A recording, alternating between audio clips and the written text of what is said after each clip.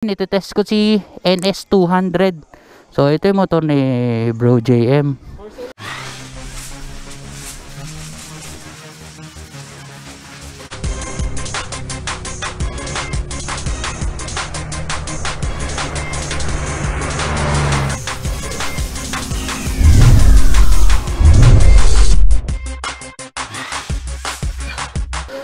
For sale 70 na lang. Tingnan nyo naman, oh, ang laki.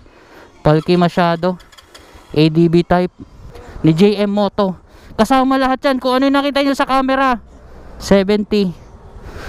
Marunong pa ba ako mag manual? Tangkad.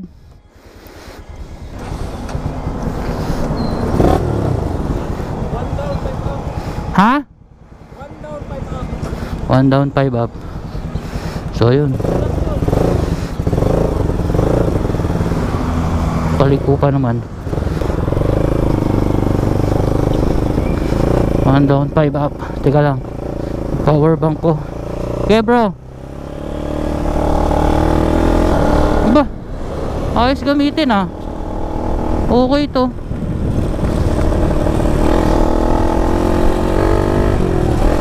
No, ang lambot na shifter. Hindi kagaya ni Z2X saka ni SS200.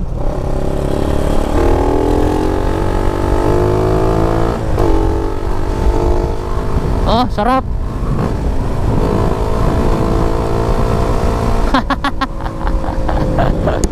What the heck, bro? Ay, nag-i-enjoy ako. Hindi lang makita yung ano, pero okay na to sa price niya. Tapos biyahe namin from Davao to dito, no, 1 bar lang yung nabawas. Ako, ubos yung gas ko. Oh, okay, ayos.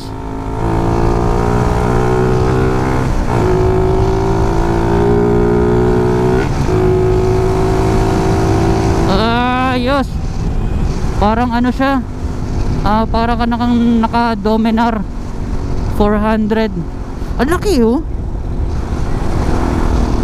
Naku, kung may pera lang ako, kinuha ko na to. Okay na okay. Sobrang lambot ng shifter niya. Isang ganun mo lang, isang baba, isang ganun, parang hindi masisira yung sapatos mo. Unlike kay nakadalawang sapatos akong sira doon, guys.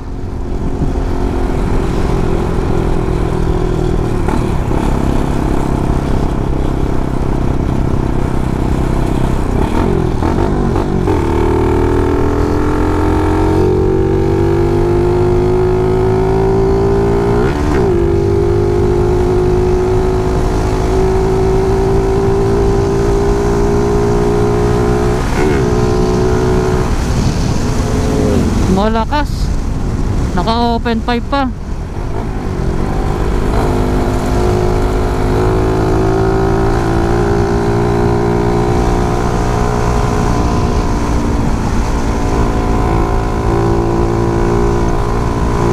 Ayos.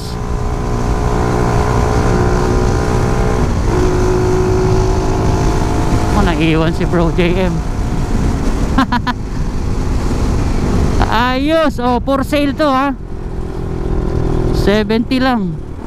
Murang mura, rehistrado, naka open pa. Ay, naka change muffler na.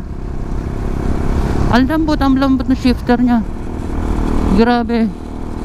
1 down 5 up. Saka antipid niya sa gasolina. Saka yung langis ni Bro JM dito, yung may bago siya yung kulay pula Oh, mamahalin yun, pero ang ganda, bago.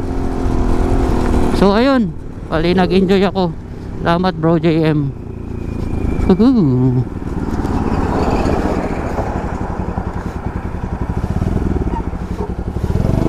Gra. Tangina, pumapalo pre. Marunong pa pala ako. Hindi nakakasira ng sapatos yung shifter.